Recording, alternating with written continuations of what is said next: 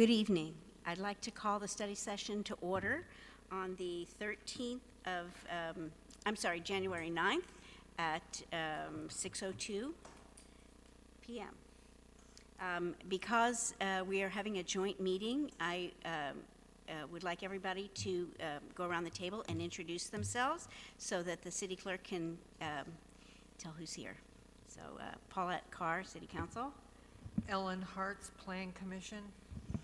Clifford Cross, Planning Director. Siri Moran, Plan Commission. Judy Gaynor, Planning Commission. Judy Gaynor, Planning Commission. John Mulligan, City Attorney. Gregory Rose, City Manager. John Stover, Managing Partner of John Stover and Associates. David Burrell, Future IQ. Jeff Hales, City Council. Steve McMahon, City Council. Wayne Smotherson, City Council. Tim Cusick, City Council. Thank you very much. I'd like to now turn the meeting over to the City Manager, Mr. Rose. Mayor Pro Tem Carr, council members, and Planning Commission members. This item asks you to hear a presentation from two companies that are interested in conducting the comprehensive plan update. My understanding is that the first company that will be presenting for you is Future IQ, and I will let Cliff introduce them. Yes, thank you, City Manager Rose. And I know we went around the table already and they introduced themselves, but from Future IQ, and we have Mr. David Burley and Mr. John Stover here tonight, who intend to give you a brief presentation on their proposal and what they offer as part of their response to our RFP. And then there's a little bit of time allocated for a question and answer session where you can have a little engagement with them, and they can address any issues or concerns or questions that you may have. So with that, I will, with your permission, I'll turn it over to Mr. Burley, and he can start the PowerPoint. Okay, thank you. So, hello everybody, my name's David Burrell, John Stover with JSA. So we're two firms that are collaborating on this proposal.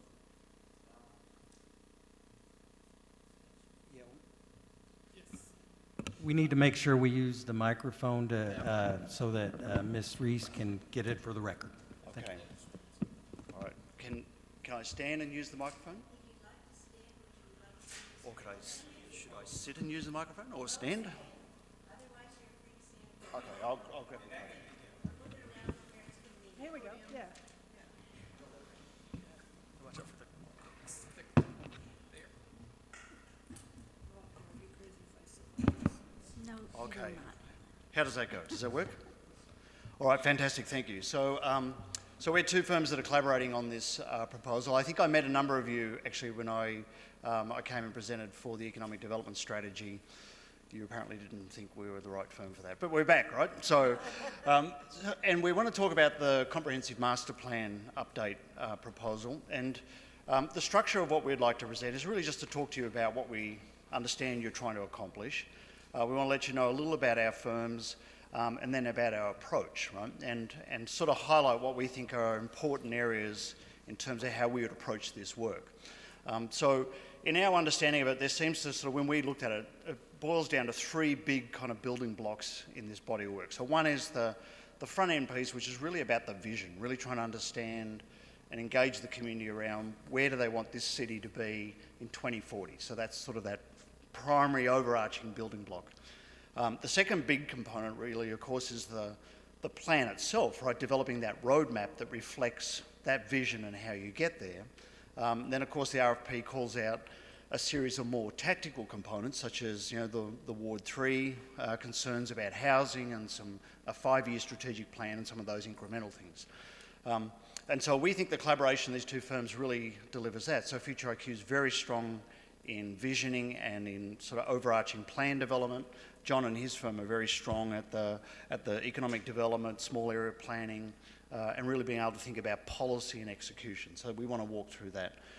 Just very quickly, Future IQ, our footprint's mostly North America and Europe, a little bit Australia. I'm Australian originally, but I live in Minneapolis. Our team, there would be, we have a number of people who we're proposing to be on the team who have different roles. So we have some people who have expertise in foresight, planning, and some data analysts. In terms of forward-facing, in terms of who you would be dealing with or who would be dealing with the community, that'd be primarily myself from Future IQ and John from his firm. And the reason for that is that it's really important in a big conversation like this, which is about the future of this city, to have some continuity. Because our approach is we want to dig in really deep and find out what do people really want. And you know as well as I do that in the next 10 and 20 years, there's going to be dramatic change occurring. So we want to have a very deep, thoughtful conversation and process with the community. And I think that continuity of people who are engaged in that conversation with the community becomes very important. In terms of, I'll skip a few slides, but in terms of some of our work, I know some of you would have seen this before, this is Future IQ's sort of current and recent projects in the US. We're very strong in the Midwest. Obviously we have, I've worked in the Midwest in different projects for 20 plus years, and understand all the variations of that. In fact, we're working in, actually John and I both will be in Smithville, just right on the edge of Kansas City on Monday as part of the comprehensive planning work we're doing there. So we think we understand the issues around the Midwest particularly.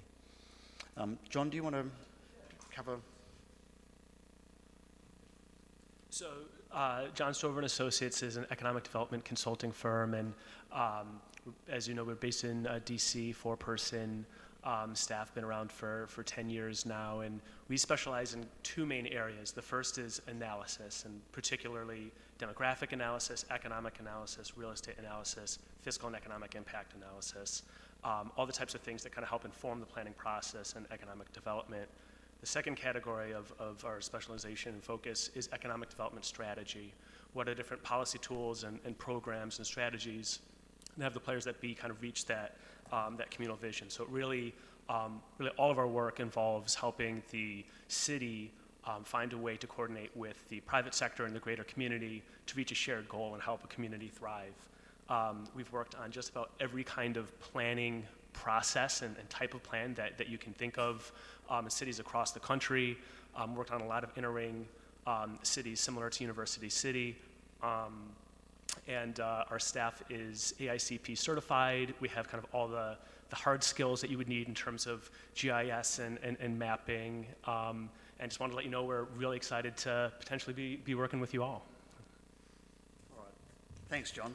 And I should say too that, as Future IQ, we've partnered with a number of different firms. And in fact, I think the collaboration that we have with John and his firm is actually really exciting because we're both relatively small, but have this sort of really deep, I think, passion about getting to the truth, like getting to the real issues, right?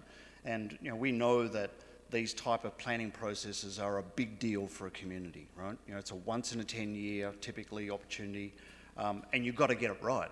You're laying down a future positioning story about your community and laying out a framework and a roadmap, and that's a really important conversation. And I think we share that deep sort of desire for excellence in our product, and so our orientation is really around doing great work rather than a lot of work. So that's us. So in terms of the approach, right, and I just want to sort of frame this out because this is really probably the piece that will give you the most sense about how we would go about this piece of work. So the methodological framework that we use, and we've developed this in what I call the laboratory of real life. So this is what we've discovered you need to have in place to do a really good plan.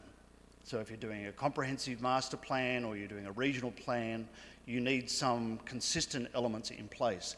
And what we talk about is it's got to be future-oriented, it's got to be people-focused and data-driven.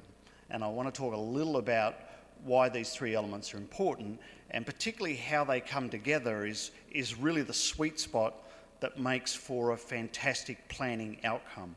Because the outcome of this you're going to live with for a while, right? And you have to translate that into investments and action. And why these three elements are important, if I can just touch on that, I'm going to talk a little about the future-oriented and the people-focused and our approach to that, and John will dig into the data-driven. But the future-oriented piece for us is really critical, because as we look forward to 2040, which is the time frame for this comprehensive planning, we're going to go through a period where there'll be wave after wave of very profound change. You know, just start at the level of the generational demographic transition we're going to have in that time frame. In 10 years' time, look around this room, most of us won't be here, right? There'll be a different cohort coming in, but will bring with it all sorts of new appetite and values. So when you're thinking about comprehensive planning, we're trying to think about, well, where might society evolve to, and what might society be looking for in 10 or 15 years' time. So it's beyond just asking people here today what they want. We're also going to, in this future-oriented approach, is trying to telegraph out and really understand how society might look. And we've done foresight research in Future IQ on a number of topic areas. So the next industrial revolution, you know, artificial intelligence, automation, robotics, you know, so we've done research on that, looking at the future of food, cities of the future, future manufacturing, future tourism, and so on. And the top left one there, the future of urban living, we partnered with Windsor Castle, so in the UK, so that's the Queen's primary home. We partnered with them last year, and we did a 2-day residential think tank looking at what's it going to be like for people living in cities in 2050. And we drew together people who are, you know, heads of transportation and technology, and really had this deep dive into, you know, what's it going to be like for people if we think about all these trends, but what does that mean for cities and suburbs and locations around big metropolises in the world? So we like to bring all of this information into the process, because our view is that a comprehensive planning process is an opportunity not just to develop a plan, but to educate your citizenry, to engage people in, you know, a very meaningful conversation and an educational process about how the future might unfold. And if you don't do this, of course, in today's world, the danger is you just invent a better version of what you currently got, and that might not be where the best sweet spot in the future is. And of course, in terms of a context, you know, we want to connect this planning work to previous iterations, because you do have history, right? And you've got to bring that into the story as well. But we want to take obviously into account internal dynamics, you know, changing demographics, workforce, and so on, your connection to the surrounding areas. But then, of course, take into account the big external trends, societal values, and so on. So that's a really important framing piece in early parts of the discussion of the comprehensive planning. And of course, one of the things I think is really interesting here, and we were talking as we were driving around today, is that, you know, you're such a fascinating city. You know, you've got such different sectors, right? Of, you know, parts. You know, even in the RFP, you call out some of the challenges in Ward 3 with, you know, abandoned homes and things, and then you have, you know, centres like this and close proximity to hospitals and universities, and, you know, so you've got this. You're in this really fascinating sort of concentric set of forces from the downtown sort of spanning out into the airport and out into the hinterland. And we're fascinated in Future IQ about how these different sort of zones interrelate now, but how they're likely to evolve and interrelate in the future. And I think that's really right at the heart of the comp planning process here, which is to think about, you know, what might be the evolution of this community and different parts of it. You know, and how do you sort of break that down into a roadmap to the future? In terms of people focused, this is really important. You know, people in today's world expect to have a say. They want processes to be more transparent, but they don't want to spend a lot of time on it, right? So we have to be able to design processes that make it easy for people to engage, but that they feel like their input makes a difference and is meaningful. So we develop sort of processes to be able to sort of drive down to consensus-based vision and plans. We, you know, generally have quite large numbers of engagements. If you look at most of our projects, you'll see that, you know, we can point to 2,000 to 4,000 touch points of some significance with people. You know, we know that numbers at that level become important because you want to represent the community, but you want the community to be able to say they had an input, and you've got to be able to defend it.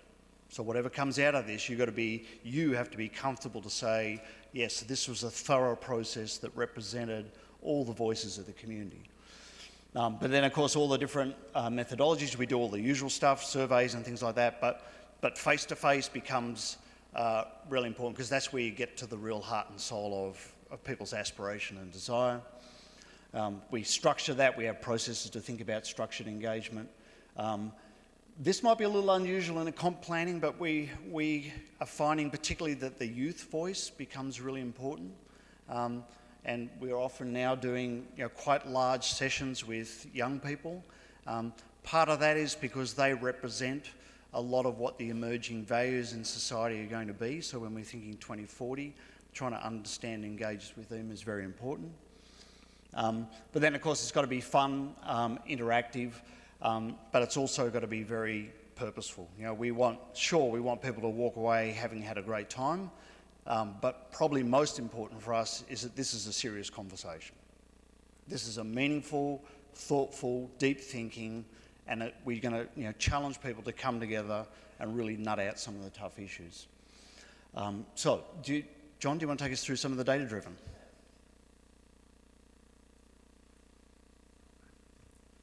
So David just talked about our kind of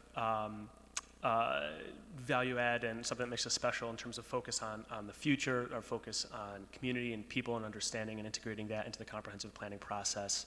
I'm going to talk just real briefly on data. That's kind of space I live. I'd like to prefer not data nerd necessarily, but we spend some time behind the computer and use kind of all the leading data sources, GIS, Esri, CoStar, MPlan. More and more we've been using kind of more cutting edge type of stuff. Credit card data, which we were talking about this earlier today, is really interesting in terms of seeing the movement of people and spending and really understanding who's coming from outside to spend inside, who on the inside is spending outside. So we're really versed in that space, and that's particularly important, especially when you're looking with a 20-year purview. It's projecting that far is really as much an art as it is a science, but being as accurate as you can be is pretty vital. And I would say that's even more so in a context in a relatively small city, kind of at the outskirts of a really large city where you have a lot of moving pieces happening around you. And so it's important to understand and project not only what's happening in University City and maybe even micro in areas within University City, but how does that fit into the projections of what's happening both commercially, residentially, and economically at large in the kind of the greater metropolitan area. And something that we are particularly prideful of is not only just being able to have really top-notch data analysis, but being able to communicate this in a tactful, thoughtful, most importantly, usable way, something that all audiences can read, understand, and use. And again, that's the utmost importance. You see these comprehensive plans that are 300 pages long. Is the developer really going to be able to look to this to see if what they're doing is conforming? Is a city planner going to be able to look at this really quick to understand if a complicated policy decision aligns with what the goal is? You need to be able to communicate this information in a utilitarian and reader-friendly way for all audiences. So just a number of materials that we do completely in-house. One of my staff members comes from a magazine interior layout background, which is incredible. I didn't even think about that when hiring her, but it's brilliant. She's incredible, and so.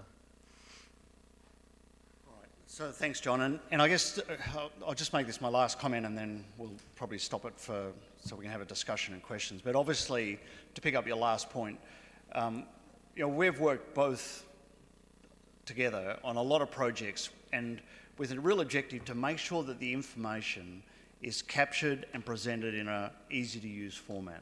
We want this to be a living document. You want this to be a document that guides the community. That means it needs to be accessible for people. So, a lot of the data, for example, we put on the data visualization portals so people can access it, they can look at it.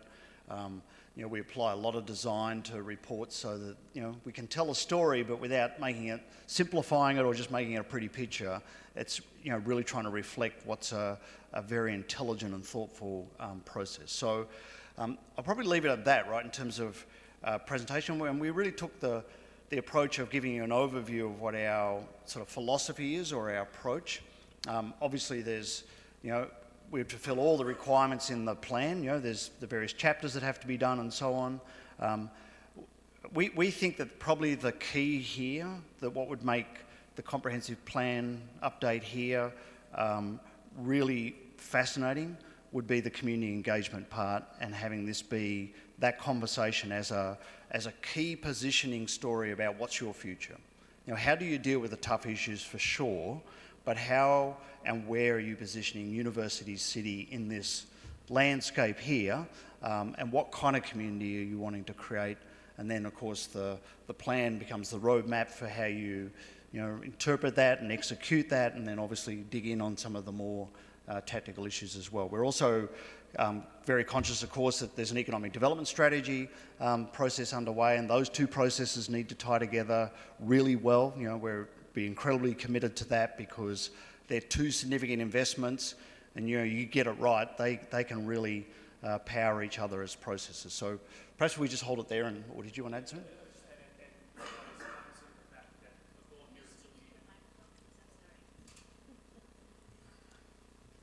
I would also just add the connection to the next step being the zoning update and making sure that this is drawing a roadmap to be able to lead into a more form-based type of zoning code. And that's something that we have experience with as well, and is truly an important consideration throughout the comp plan process.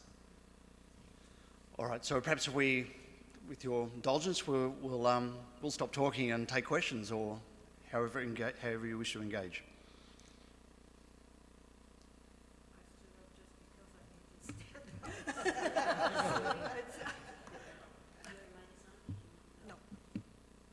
Your light is on. Oh, no? Okay. I'll just leave it on. Jeff? I just had one question on the community engagement. I was wondering if we could see that slide again. Right, which one? The community okay. engagement. The one you draw the circles on? This one, yes. Yeah, so I was looking at that. What 1,300 responses? What size community roughly was that? Yeah, so that's Capel. So they're about 30,000. So, and when they're survey responses, these are not like one-question surveys, right? These are detailed, numeric and open-ended responses where we probe quite deeply, and we do a lot of stuff like analysis, things like looking at sentiment analysis and word categorization, as well as the qualitative and quantitative analysis. So while you can have 1,300 and it can be just pretty meaningless, right? Or you can have 1,300. These are what I would call high-quality data points, as in these are probably at least 20 to 30 minutes somebody's time's invested in a survey. Sure. Thank you. Stacy? Yes. Thank you, Mayor Pro Tem. And thank you for your presentation. I like Councilmember Hales, had a question about the community engagement process. Yeah. Could you say a little bit about how the think tank workshops work? Yeah. I'd like to hear about that. Yeah. So I got 3 parts to that, but I'll be quick with it. Okay. Go ahead. Is that the first part? That's the first part. Okay, I'll feed it to you a part of it. Okay, thank you. So let me first of all, what is a think tank? So consider it's a deep dive to think about the future, and typically that's it'll be 2 half days or 2 evenings or something like that with a fairly large cross section of the community, 100, 200 people, right? The point of it is to do the heavy lift in terms of thinking about future possible scenarios. So if you stand here today and look to the future, there's no single future in front of University City. It could turn out a number of different ways, and those different outcomes would have certain implications in terms of consequence and impact in different ways, right? What we like to do at the start of these type of planning processes is to have a sort of a deep dive and play out those different scenario iterations. And then that gives something for the community to react to. So sort of in part, this is the brains trust process where local people are doing the work to think about, well, here's a range of at least plausible futures and the types of implications we could expect. Now, which of those resonates with me, and which should we and that sort of helps us drill in onto the vision, right? So, and the process of the think tank is obviously simulates a lot of research. It goes through a scenario development process, and then you can use it to test assumptions. So I'll leave that as the answer to the first part. Okay. And then I'll speak for the third ward. That population is more accustomed to in-person meetings. I'm a little bit concerned about response ratios coming out of the third ward Yeah. to like electronic surveys or Yep. any other methods. So do you have best practices around the in-person piece and marketing and getting folks to engage in that? Yeah, and there's no real silver bullet on this one, right? So I think in the case of Capel, we might have had 1,300 survey responses, but I think we ran 24 engagement workshops. And so there's really, in today's world, people can say, oh, we can take the shortcut of just do a quick survey, but I don't think that gets you where you want to get in a community setting. I'm an advocate for the face-to-face, right? And sitting down with people in their settings or in sort of surroundings that are familiar and having a really good structured conversation. So typically what we design the process differently in different communities because we want it to be very customised. But actually I think I had a slide on it. So we sort of start to think like a stratified and structured. So we try and map out what the community looks like. So there'll be different ways that the community gathers and where they gather. Then you try and tap into that. And so then have a whole series of workshops with people in different times of day and night, right? So in Capel, I think we were able to say between somewhere at 8 in the morning and 10 at night, 7 days a week, we held a workshop in one of those hours through that process, right? You know, we went to the high schools, we had sessions at the senior centres, we had neighbourhood meetings, we had open public meetings, and some of those incredibly successful, some only a few people turn out, but that's what you've got to try and figure and then go to people, right? So we're really strong on that hands-on. You'll find us as firms that we're very hands-on, high touch is what I'd say, right? I mean, we want to get in deep and get to the nitty-gritty of what people are dealing with here and really understand that. And you have obviously very different socioeconomic sort of strata and background in people, right? And be able to work across that, right? But that's one of the things I think, probably being the outsider from Australia, but also working around the world in all sorts of settings, I think we have a real skill with being able to relate to people no matter who they are and where they're coming from. And finally, say a couple of words, Yep. if you would, about the youth engagement. Yeah. I'd like to hear more about that.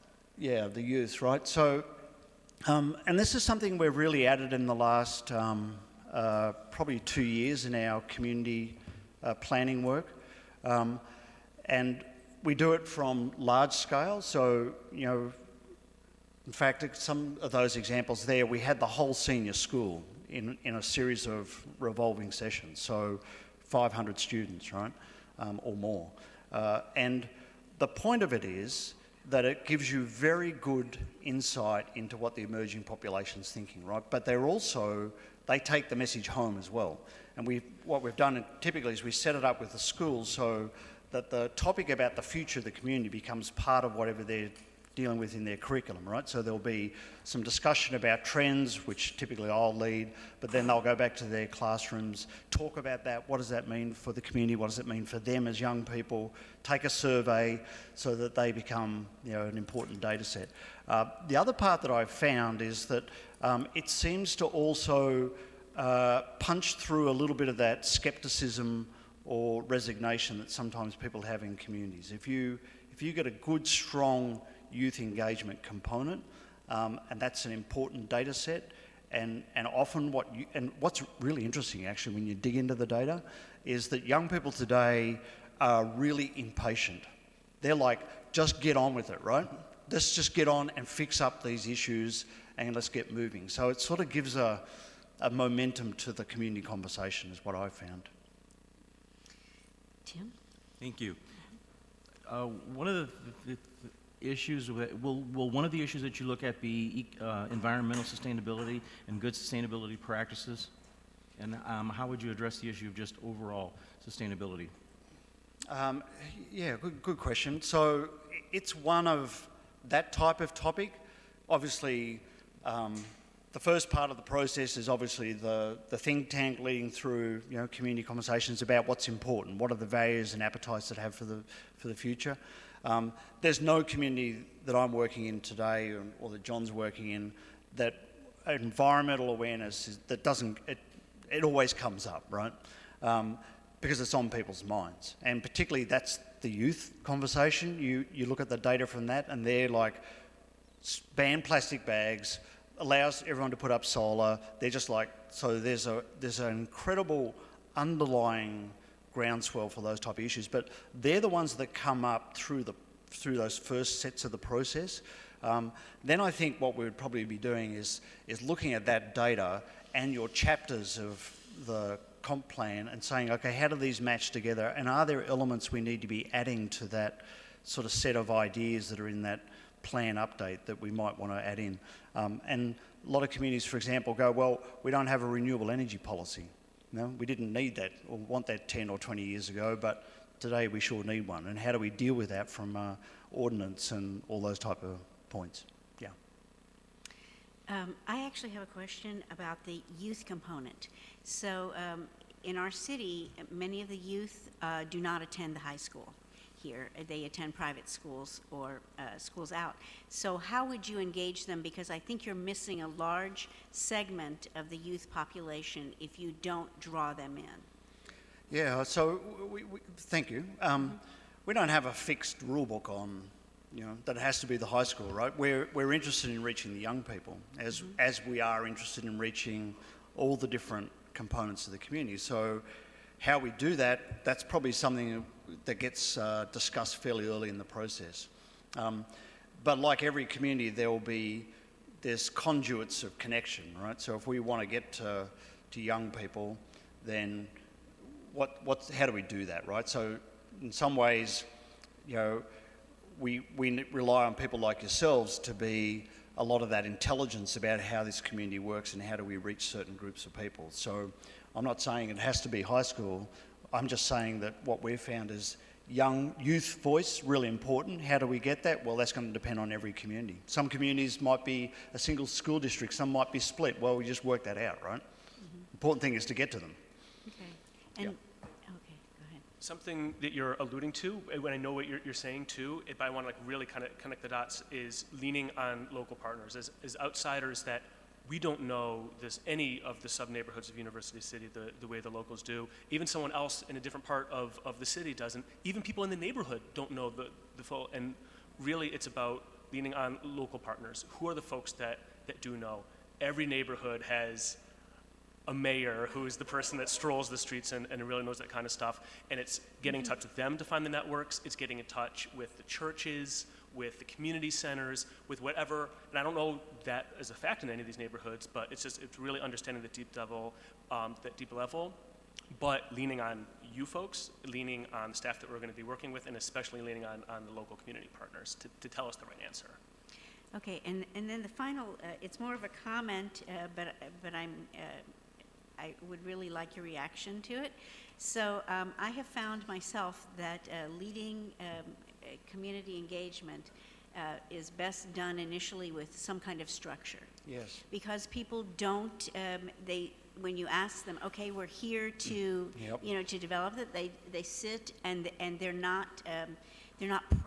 Yep. So that does the priming. So I'm assuming that would be your approach, would be to start with a structure and then allow it over time to devolve to more participation. Am I reading that right?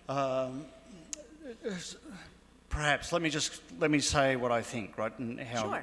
Yeah, is that we do have a highly structured approach to the engagement for the very reason that you're saying. There's one thing that makes my blood run cold is the sticky note exercise, or the sticky, that you collect all this information, but you aren't able to analyse it or use it in any meaningful sense. And also, the other thing is going out and asking, what do you think, or what do you want? And without a framework, you're going to get things that are unachievable or create false expectations and so on. That, by the way, is why the think tank is really early in our process, because it is the process where we do that deeper thinking, the heavy lift about future options that you then present to the community. So you start to narrow the focus around work that's already been done by community people in a very thoughtful manner, right? Not saying we're excluding things, but we want to really think about sort of clear, plausible options here, and what does that look like? And then we ask people to react to those framework, and then we get that tighter and tighter. So we end up with understanding where's the preferred future, what's the preferred versus expected, where's the preferred future, then that leads you straight into then what's the roadmap we need to have in place to get from where we are to that future. So we have quite a structured process running through that, but it's also, it's got a component of idea generation as well. We want it to be a creative, thoughtful process, but we want it to ultimately lead to a very clear data-driven consensus-based approach or view of the future, because that's the defensible part. That you got to walk out of a comp plan saying, that's where we're heading, and here's our roadmap of how to get there. Okay, thank you. And Jeff, your light is on? Thank you. So I wanted to kind of touch on what you were saying about schools and our students and where they go to school. It sort of ties into I think one of the themes of the city being incredibly diverse in many ways, whether it's socioeconomically, racially, ethnically, religiously. One of my questions is, have you experienced working with communities that have the level of diversity that this community has? Yes, and well, do you want some examples? To give you a few examples, and one that springs to mind straight away is Hilton Head Island. So it's an island off the coast of South Carolina. It's a very prestigious destination, retirement and tourist community. And so it's got this very unusual social demographic, because there's about 70% of people on that island live in gated communities, and there's a series of them. So you've sort of got communities within the island, right? And people who've come from all over the country to end up there. But at the same time, you have 30% of the population doesn't live in gated communities, and a large majority of those people are 5th or 6th generation descendants of slaves who went there after emancipation, right? So you've got these really, and they were the historic owners of a lot of the land that was sold off over time. So that was a really fascinating project to try and work with that community to reconcile very different perspectives and aspirations for the future. We've also worked in, and John has too, in a lot of communities that have, various extremes in wealth. For example, we're currently doing community visioning and planning in Park City, Utah, right? So you have, a mega resort sort of location, and 25% of the population's Hispanic, but is sort of under the radar, right? But part of what in our data-driven component of our engagement is that you're able to filter into all that data and see how those different cohorts view issues differently. And that's the real power, is that being out, you don't want to just end up with, oh, here's the average response. You want to understand how different parts of the community might think about certain issues. And that I think becomes really part of the data-driven process we do, at least at the level of the community engagement component. There's another part that obviously is the economic understanding. And I've got one follow-up to that. When you begin a project like this, do you want to have conversations with, like in this case, the council members, or do you just want to kind of start the process and talk to the community? I guess where I'm coming from on this is we all represent sort of different areas, and I can tell you the challenges that Steve and I have are not the challenges that Wayne and Stacy have, are not the challenges of Tim and Paulette. So is that something that you do to kind of come into it with at least some background? Oh, for sure, right? So we want to educate ourselves in terms of the issues, right? But also it's really important for people to see that this is the real deal process, right? And we don't want to be part of a tick a box exercise, and I don't think that's who you are, right? Or else we probably wouldn't be here, right? So we're interested in working with people who really want to honour a process of a thoughtful, truly community-driven process, right? So that's why we put a lot of effort in it, to make sure it's open, transparent. we post all the data online, people can go and look at it, or we can, produce briefings on it or summaries on it. Some of the things we do, though, is we know that there will be tripwires in the community, or, issues that are, could, derail things. So that's part of the intelligence that I'd be interested in, that we'd be interested in before we go into community discussions, because we want to know what they are, right? Obviously I don't know this community as well as people here do, but we don't want to shy away from the tough conversations either. Like I said at the start, this is your 1 in a 10-year opportunity to have a real conversation about your future and how do you create the community that's going to best serve you collectively as you roll out a plan over the next 5, 10, 20 years. So yeah, sure, we want to understand that stuff, but we also want to make sure that we want to honour a process of giving the community its voice, right? That's your job, is to create that vehicle for people to have their say. If you want to have a true visioning process, otherwise let's just bolt it down tonight, right? Do it on the flip chart, right? And some people do that, but they're just interested in ticking that box and moving on. My read of the RFP and what we're presenting to you is something that I saw, which was that you're very serious about wide and deep community engagement and getting the true voice of people in this process. And what we want to offer you is a two-way process, which is they walk out of it knowing more about the future and more about what the future possibilities are than when they walked into it. Steve? I'll try to be brief. So the process has the think tank before community engagement. Just could you differentiate what the scope of the think tank is versus community engagement, so we're kind of clear on the players at those two stages? Yeah, okay, so, and this is the example this was from Capel, Texas, right? So if I just walk you through like a real example, right? Right. So we ran a open community survey that ran for 6 months, right? That was an online survey, right? But also it was in paper version, so people who didn't have a computer, they could do that and so on. And we had it in Hispanic and English and so on. And that was really like a issues and perception of the future type survey. So what do you think of the future? What concerns you? How well do you think the city's going? Those sort of, what do you think what would you ideally like to see for the future? So kind of broad, open set of questions. That helped inform, in part, the think tank. So that's the deep dive that comes up with this sort of plausible scenario framework, right? Then the community engagement sessions, they were then taking that think tank output out to the community in a whole range of workshops and dived into it, right? What's the preferred future? What are the implications? Much more detailed input. And then we reconvened the think tank to look at all that data that had come out of it, so that we could, because they're sort of like the brains trust of the future, right? So we kept them involved.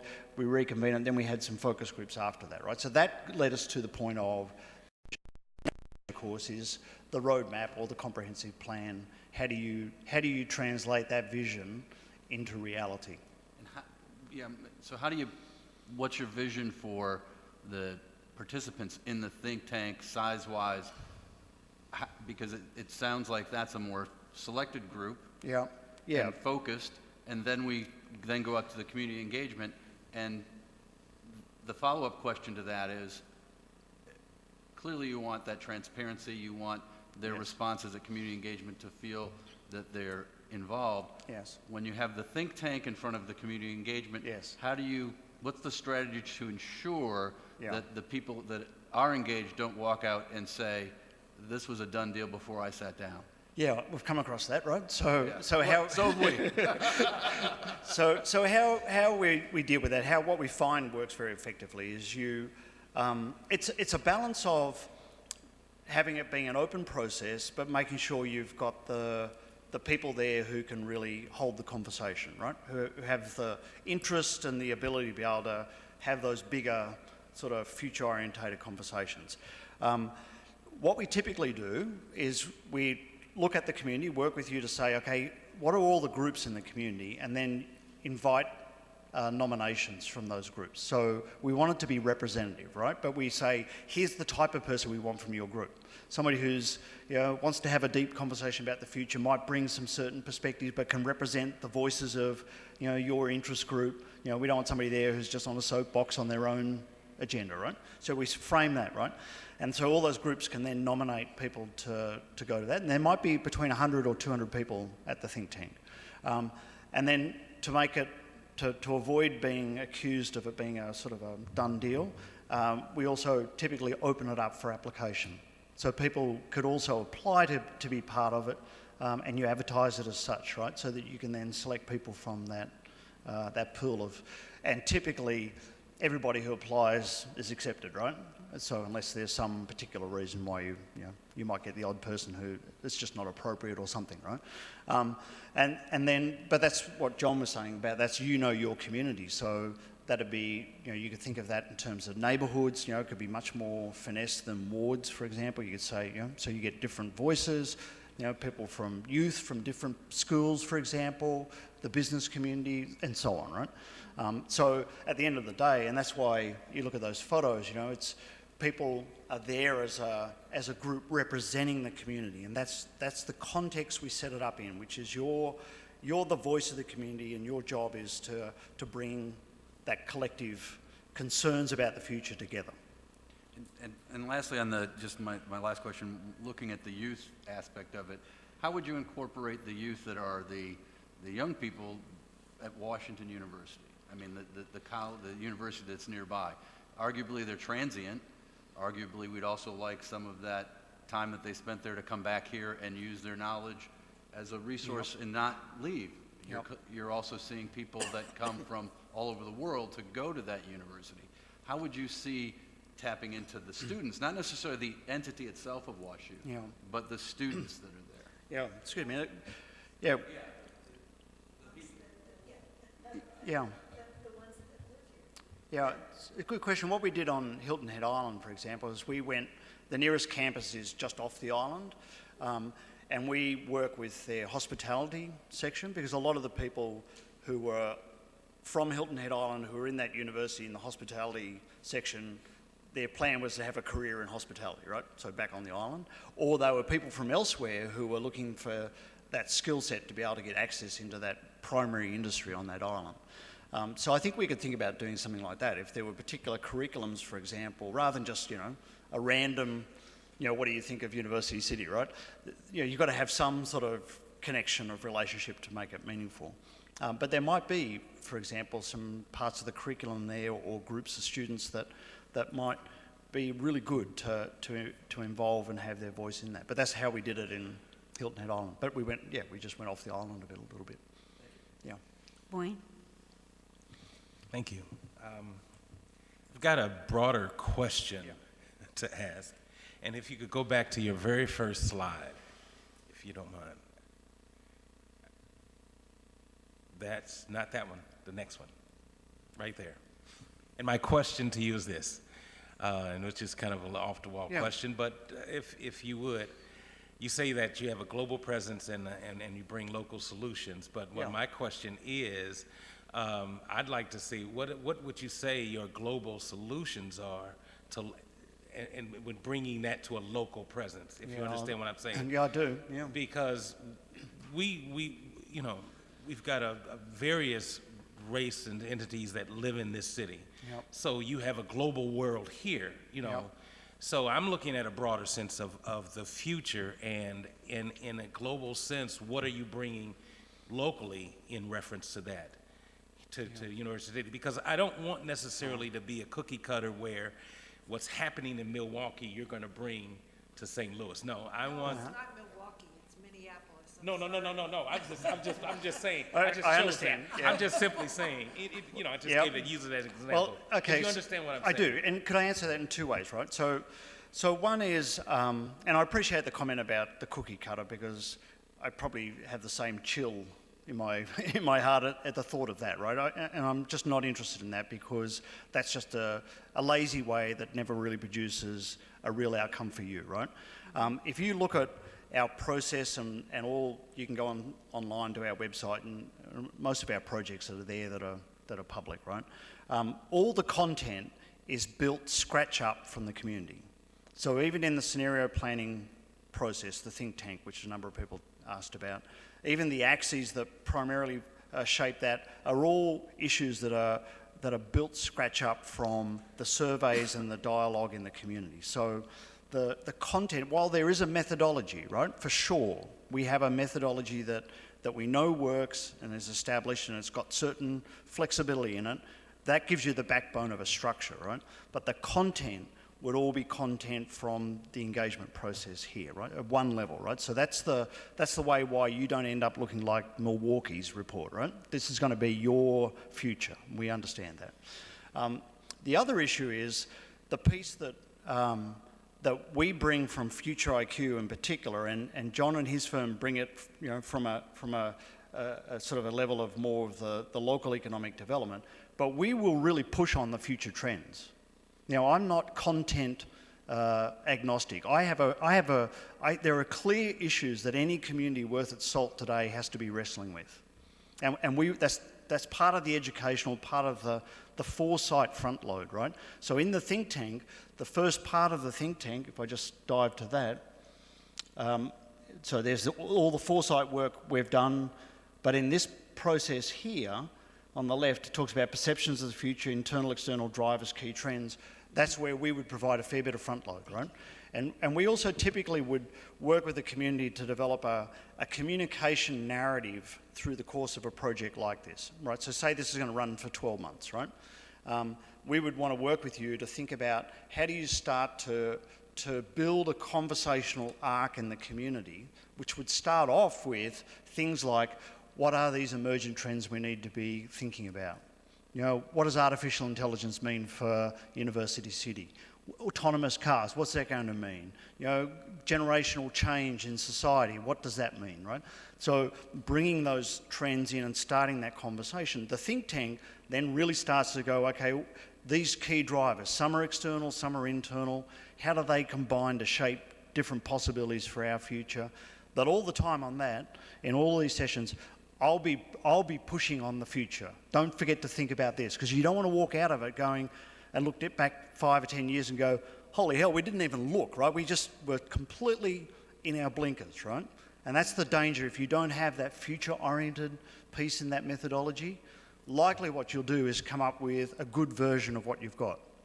Mm-hmm. But today's world might demand just something different to that you know, you're thinking, as you're saying, you know, there's a possibility here with your global presence and where you're located, this could be a very interesting location where a community wrestles with some issues in a different way than what other people are. Or you might be the location that starts to come up with some really innovative planning solutions in the comprehensive plan update that starts to solve some of the issues of failing retail or those issues. So this is not just we want to be good, right? This is, if you want to really have a great comprehensive plan, then you have to be pushing on all those things. And some of that is outside of what we currently know.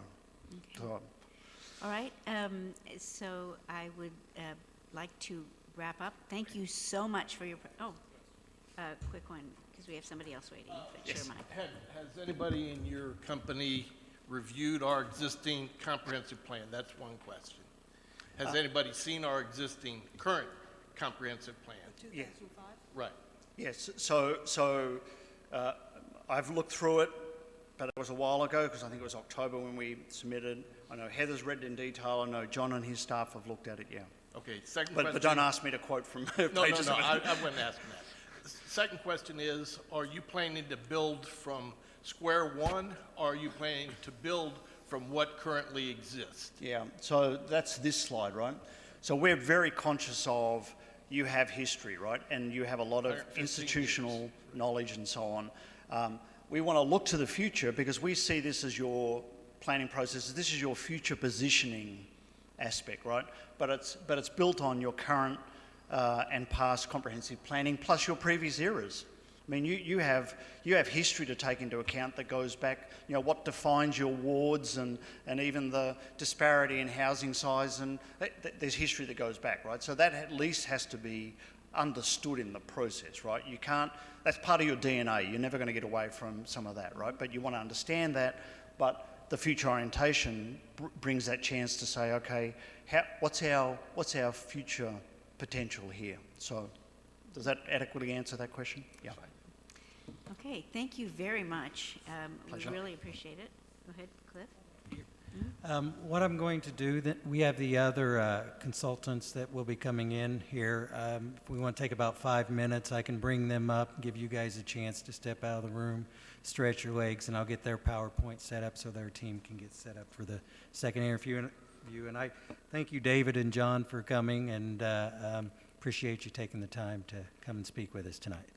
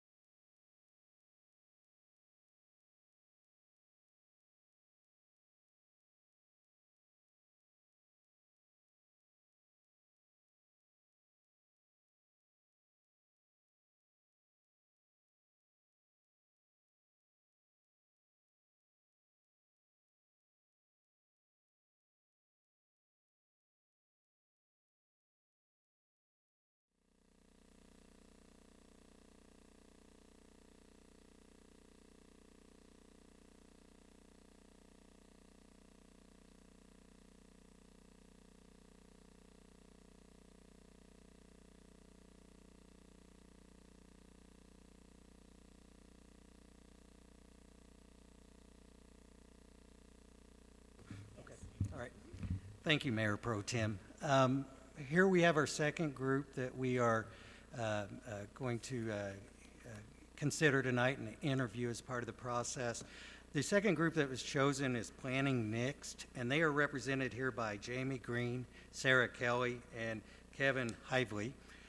They are here, and as the prior group, they will do about a 25-minute presentation and then provide some ample time for you to ask any questions that you may have of them. I know at the prior session we went around the room and introduced ourselves, so I think probably in fairness to Planning Next, we need to do that here as well. I am Clifford Cross, and I am the Planning Director. I'm Mike Moore, I'm the current planning commission. Siri Moran, Chair of the Plan Commission. Judy Gaynor, Planning Commission. John Mulligan, City Attorney. Gregory Rose, City Manager. Jamie Green with Planning Next. Sarah Kelly with Planning Next. Kevin Hively, Nitty Partners. Jeff Hale, City Council. Steve McMahon, City Council.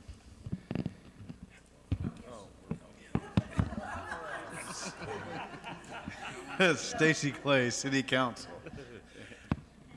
Wayne Smotherson, City Council. Tim Cusick, City Council. Paulette Carr, City Council, and Mayor Pro Tem for this evening. Ellen Hart's Plan Commission.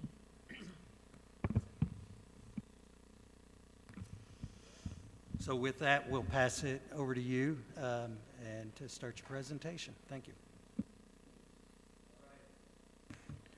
Is this working? Great.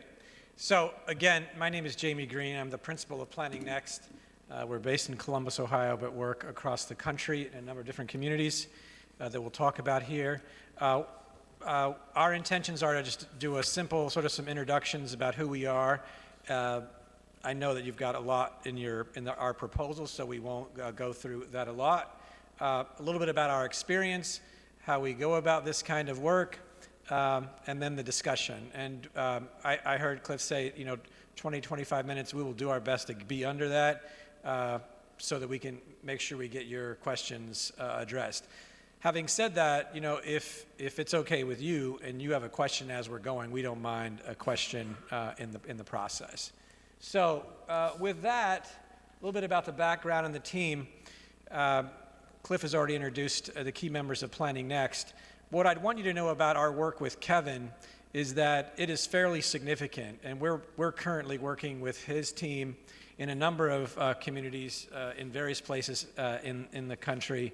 And we have a good history of working in other places. So we think a lot of Kevin, and we didn't go get him just for this assignment. We went for him because he consistently delivers really high quality work on the critical economic prosperity issues for communities.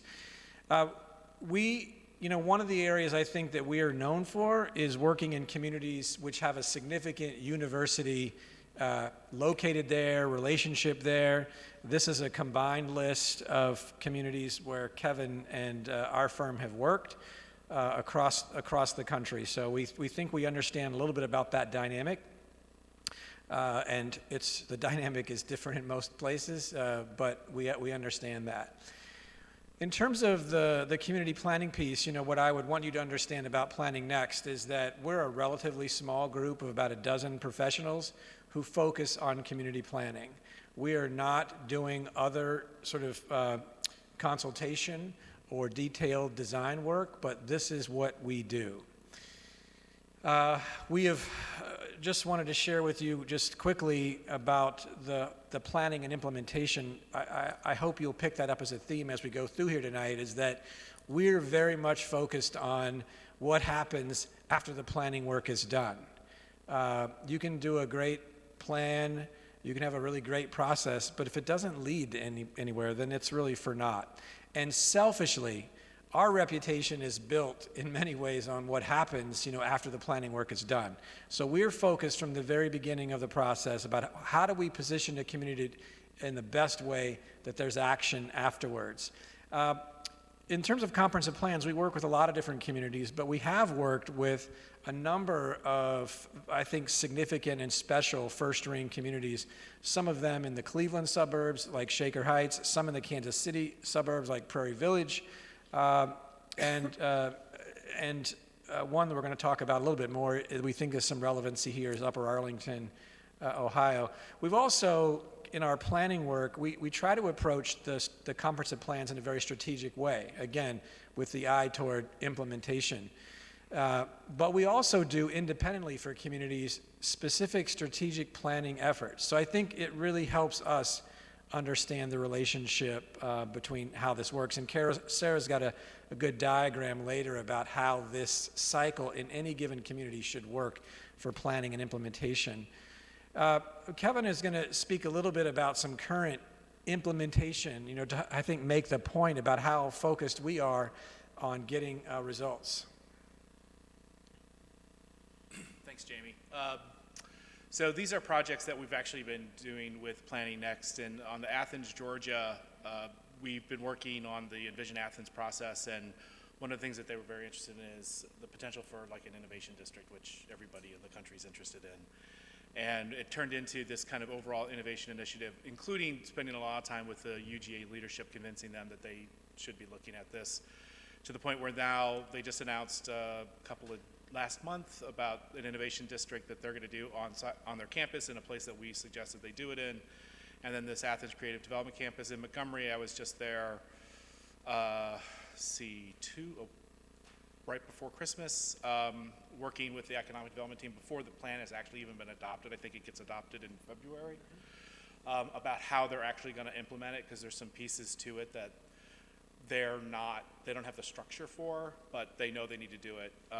And so we were going through how to do that. And then in Tuscaloosa, there's a bunch of, they've actually passed a very large bond issue to actually implement some of the livability questions. And they're in the process of redoing their zoning based upon the work that was done. Yeah, and on the zoning work in Tuscaloosa, I think this is important to you, is that we developed the plan, the physical part of the plan, really with an orientation toward character-based areas, as opposed to just land use.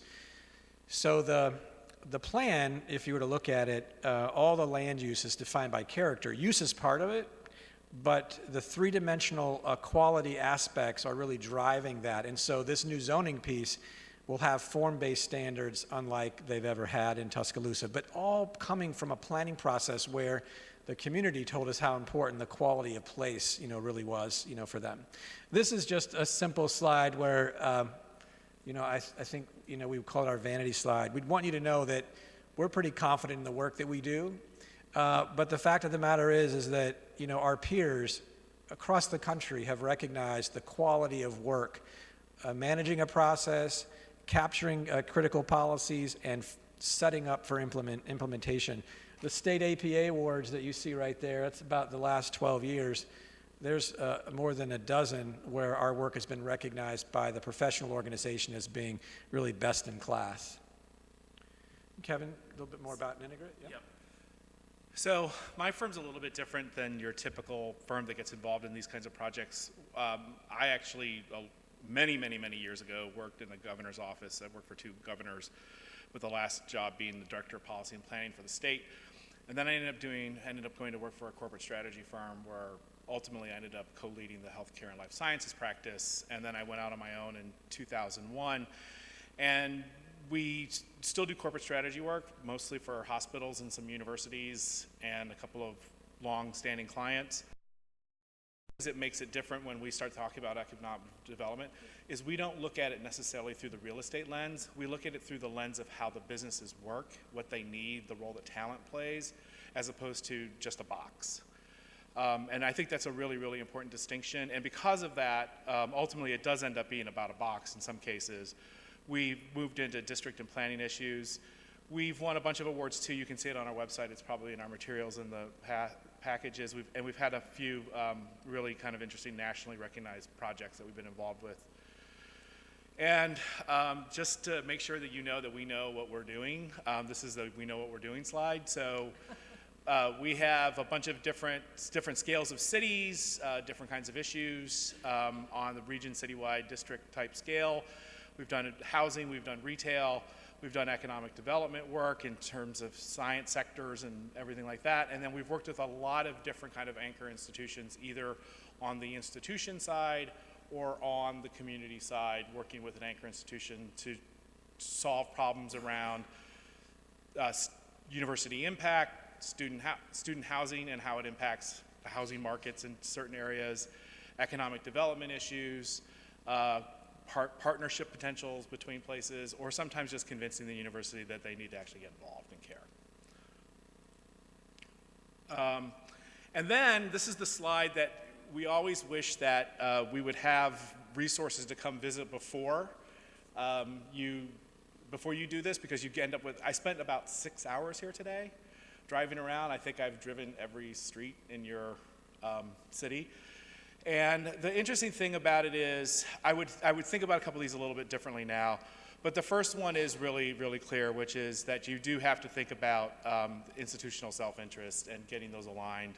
It's very, very hard to engage an institution if there's not something in it for them.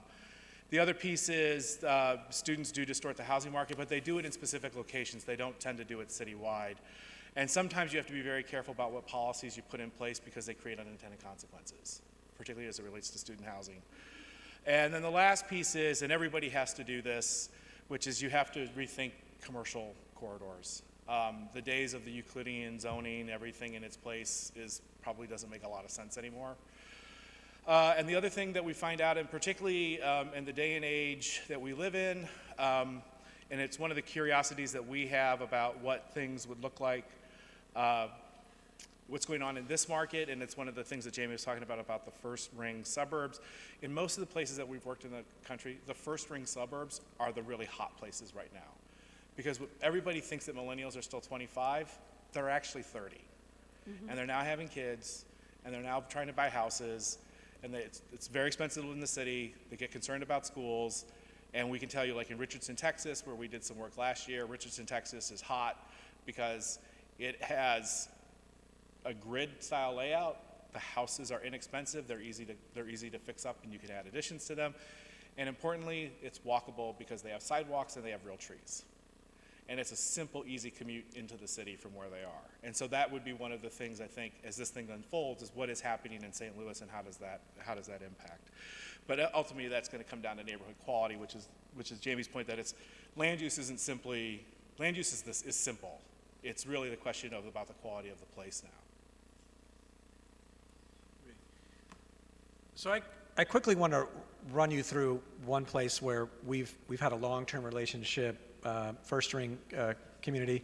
I'm always a little bit nervous about this because no two places are the same, but I do think there's some relevant parts of this story that might help and spur some questions that you might have. We've done work for a number of years for a community, Upper Arlington, Ohio, which is a first ring suburb, founded, just a few years after University City. 34,000 folks, not as dense as you are in terms of development density, about 10 square miles. Its eastern edge is up against the Ohio State University's, West Campus. So it's, there's a lot of influence there between the two. We were asked to help them after a period of time where they had not done a plan in 40 years. You've been more consistent here in this community about doing planning, but they waited 40 years.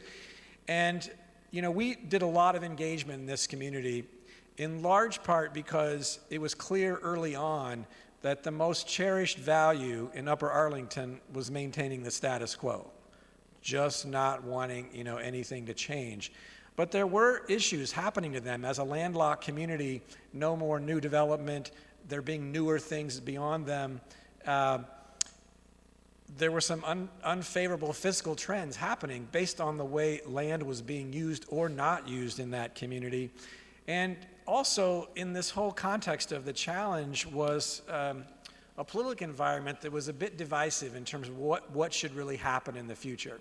So we were hired to help them with some planning work, pre-planning work, some visioning work. We did the first comprehensive plan in 40 years. And there are 7 non-residential areas in this 10 square miles. There are commercial areas, no Class A office space in the entire city, just based on the aging out of things. What came out of this, and we could talk more if there are questions, but was this really robust effort, idea that we need to do something different. And so we looked at those specific areas, developed specific character and economic plans for them. The elected officials rezoned all 7 non-residential areas. We put together new zoning, character, form-based standards in that zoning, and then help them with implementation in that work. And they have seen phenomenal growth in in these 7 areas. Not all of them, but several of them in these corridors have been phenomenal about what's happened in the re-intensification. So just quickly, these are some simple sketches that we did for one of the corridors, but we really wanted to help guide what the redevelopment would look like. The corridor had these kind of uses, like vacant, retail, not being used very well with surface parking, pushed back from the street. If you went there today, this corridor, almost a half a mile of it has been transformed. And it all came from a planning process where there was strong engagement, strong technical work. And this first ring suburb is literally on fire in terms of where young people want to be, and people who are connected with the university who may not want to live there actually do, in fact, want to live there. Most recently, Sarah helped them with a neighborhood strategy, and just want Sarah to talk about this and then talk about the approach. Thanks, Jamie. So in 2018, we were invited back to Upper Arlington for, the 7th or 8th time to help them with a particular part of the city, which is one of the denser neighborhoods where there's some smaller scale single-family housing and fair amount of multifamily housing as well. Fundamentally, what this plan was about was preserving the existing character of what was there, but also promoting infill in selected locations. And I think what made us really successful in this part of the city was that we really brought the conversation down to one about form and character. There was quite a bit of sort of mistrust in government. There was significant kind of a polarized opinion about how development should take place. And I think what we were able to do really effectively was to change the way that conversation was being held, to make it more, to start with, what do you love about this community? What are the qualities and what's the character that is meaningful to you, and how can we build off of that? That really helped us to create this sort of form-based character for change, to put a series of recommendations in place around housing quality and variety, things that we were able to really rally the community behind. And it resulted in some code changes and new policies within a very short period of time that allowed them to implement the work. I'd like to talk for a few minutes now just about the approach that we've laid out to a certain extent in our proposal, and just highlight a couple of things for you that we think are particularly noteworthy. So to begin with, our understanding of this project is that there are a few things that are going to be critically important. One of them, of course, is achieving inclusive participation. By this, we mean that anyone who cares about this community will have the choice to become involved in the process. Doesn't mean they all will, but at the end of our process, we do not want to have people, coming out saying, "I never heard about that. What is this all about?" It needs to be something that people know about from the beginning, and they know that they can actually have meaningful involvement in. Second, integrating analysis and intuition. We feel very strongly that this needs to be a iterative process. So our analysis needs to inform the public engagement, help give it some direction, and then in turn, every time we go out to the community, we're going to be hearing from people how we should be focusing our analysis, and we're going to be that's going to be influencing how we're going to be spending our time and where we're going to be spending our resources. Defining the vision, making sure that there's clarity from the beginning, that we're sort of elevating the conversation, that this plan does not become about, 1 or 2 development proposals that people may or may not like, but we're really kind of raising the bar and asking people to think big about the future. Garnering long-term support and commitment.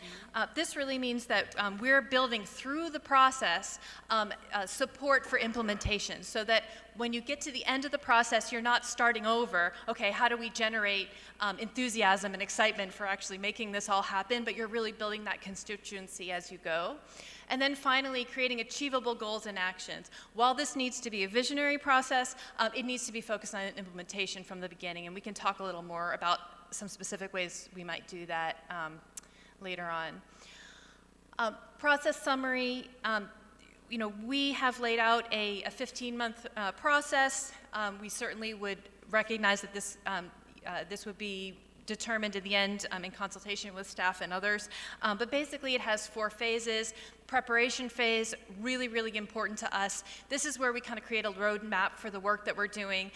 We feel strongly that we certainly need to be flexible as we go through the process. It needs to be a process of discovery, but we need to have a pretty clear sense of how we're going to be doing the work, whether that be the technical work or the public engagement strategy at the beginning, and really making sure we're mapping that out. Public engagement, we have 3 rounds of engagement, and we love talking about this, so any questions you have about the techniques or strategies we would use for that, we'd really welcome the chance to talk about that. But basically, each round is a chance to bring people together in different ways, face-to-face, which we believe really strongly in, but then also providing alternative ways for people who can't or won't come out face-to-face to have a say. The analysis component is really something that, again, needs to be informed by that public engagement, and I'll talk a little bit about that more in a moment. And then developing the plan, making sure that we have a draft, and that we're working with the right people to get that all of these ideas and concepts through the process documented and finalized with a strong comfort level. Your CRC, or what we would call sort of a steering committee, we need to have a representative group. We need to have a group that's going to be ready to roll up their sleeves and work, and a group that's really going to be our spokespeople for the process throughout. We are very committed to making sure that we have a solid understanding of the baseline existing conditions and trends that are going to underpin the entire planning process. The way we think about this is we need to be strategic and focused on important questions. You can do a lot of analysis, you can dig up a lot of research, but if you don't know what questions you're trying to answer from the beginning, you can waste a lot of valuable time. So we really focus on that. We also focus a lot on making sure that we're presenting information in ways that is easy to digest. We're not just speaking to professional planners through this process. We need to have people motivated from the beginning and understanding what are the conditions and trends that they want to see continue or that they want to change. Talked a little bit about our community engagement, but just to put a finer point on that, I mentioned the preparation phase is really critical to us. It's really worth it to put some time in at the beginning to map out how we want to do this. We think about our community engagement component as having basically 3 components. First is communication. What are your key messages? It isn't just about having a beautiful graphic identity or logo, although we do make those.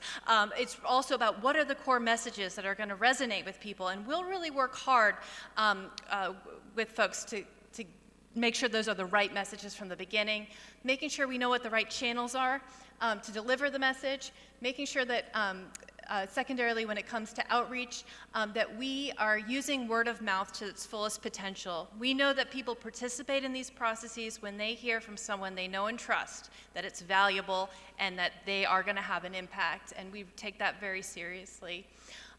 Ambassadors for the process is making sure that we have people who are going to be our spokespeople for the entire effort. They're not just going to hear from staff or consultants or even the Planning Commission, but they're going to be hearing from all their friends and neighbors that this is something to get involved with.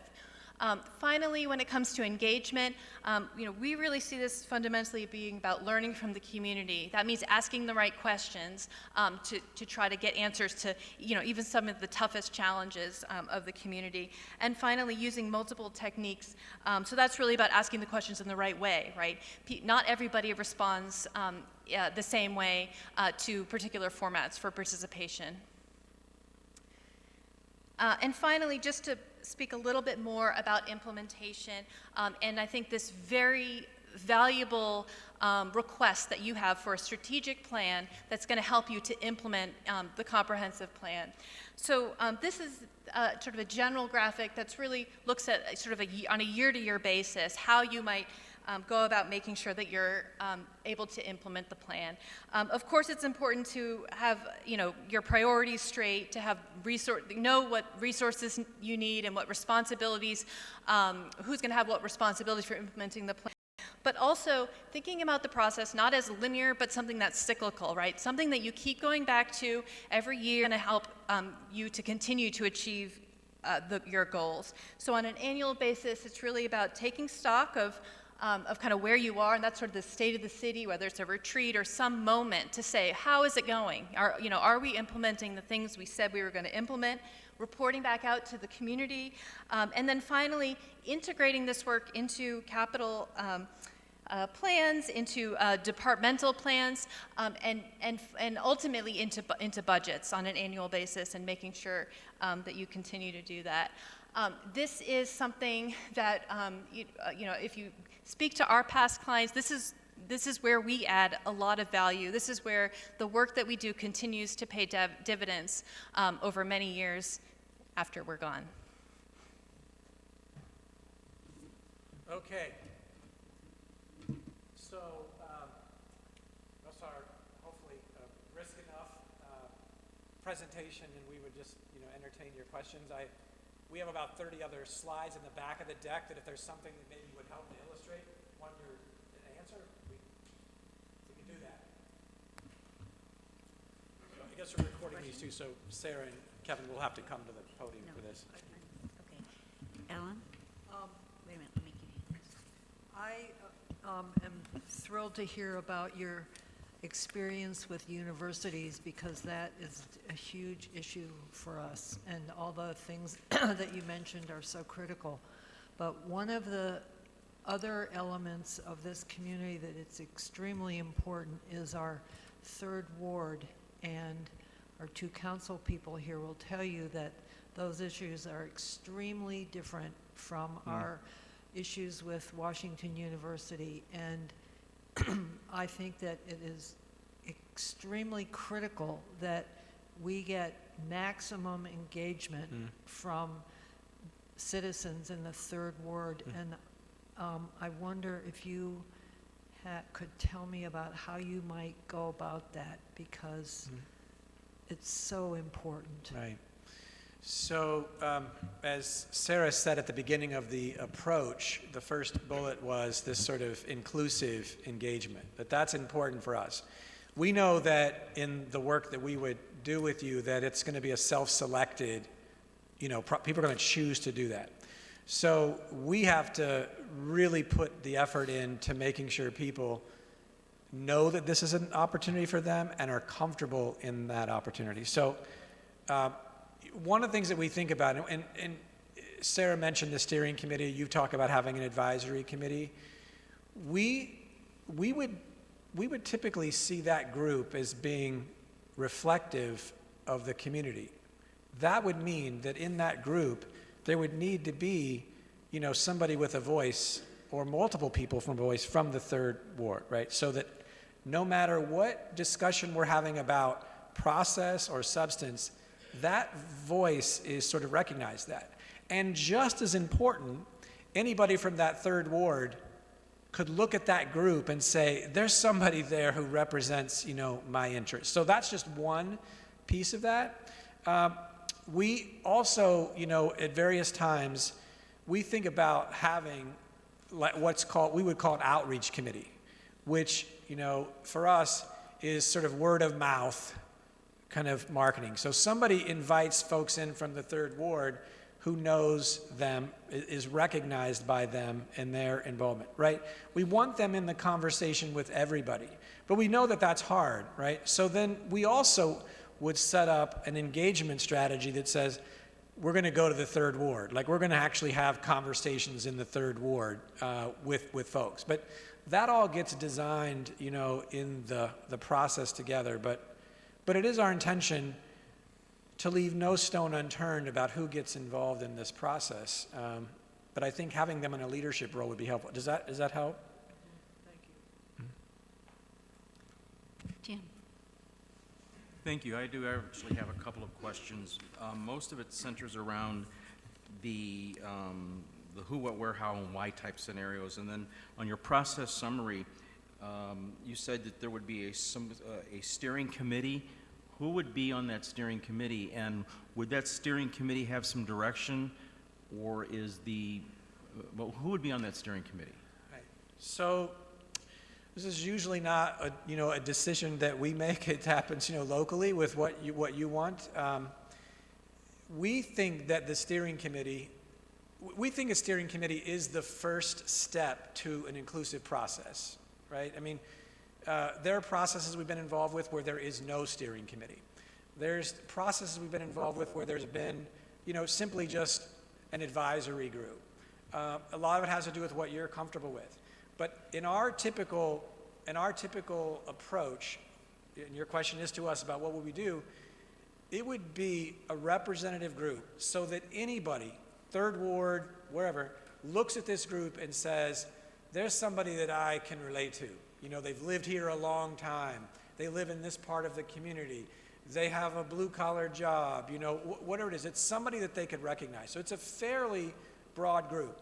Now, how that group gets assembled is a process in and of itself. Sometimes there's a group, not unlike yours, that serves as a nominating group that says, okay, we got to have people that represent social service groups. We got institutions involved. Like, we get together, and then you put together the group. There have been times, like in Cary, North Carolina, where the elected and appointed official says, we need help getting beyond just the people we know. We only know who we know. So we put together a campaign that surprised them, a campaign that 400 people submitted their interest in being on this steering committee. But that was important to them to get people that were not just the usual who got involved. But that's how Cary did it. That's not how you would do it or someplace else. Is that getting at the answer? It's kind of, I think it's kind of vague because you're talking about putting the steering committee together, but what will it do and what will its direction be, and how will it have direction, and what will its agenda be, and how will that, you're just bringing a steering committee, a group of people together from the community. They need some direction. So Absolutely. Are you involved in that? Do you have a template to give them and work with them, or is this something that they're just on their own and they have to identify problems and stuff like that? They are not on their own. Any committee that we would, as part of a process like this that would be launched, would have a job description. We would write the job description. Cliff or Planning Commission or somebody would review that and appropriate that, but they would be given a very clear idea about what their role and responsibility is. And then, there's a work program, which we have a draft here in response to the RFP. Working with the city, we would make that more specific and outline what the roles would be. We typically think about a steering committee, though, having roles in both process and substance. So, for instance, the steering committee would tell us how many of these meetings we need to have. We would lay out the issues, but they would help guide, you need to go to each ward for a meeting. Or no, you need to have a larger all-come sort of meeting. They would help us with the messaging about how do you motivate people in University City to get involved in a process like this. When it comes to actually developing some of the substance, we go out to the public and we say, people were really talking about issues. I'm going to make them up. They were really concerned about neighborhood stabilization and transportation. So we, as Sarah said earlier, what are the questions that we need to answer in our research? This steering committee becomes like a sounding board for saying, we think this is what they were saying and this is what we think needs to be investigated. Okay.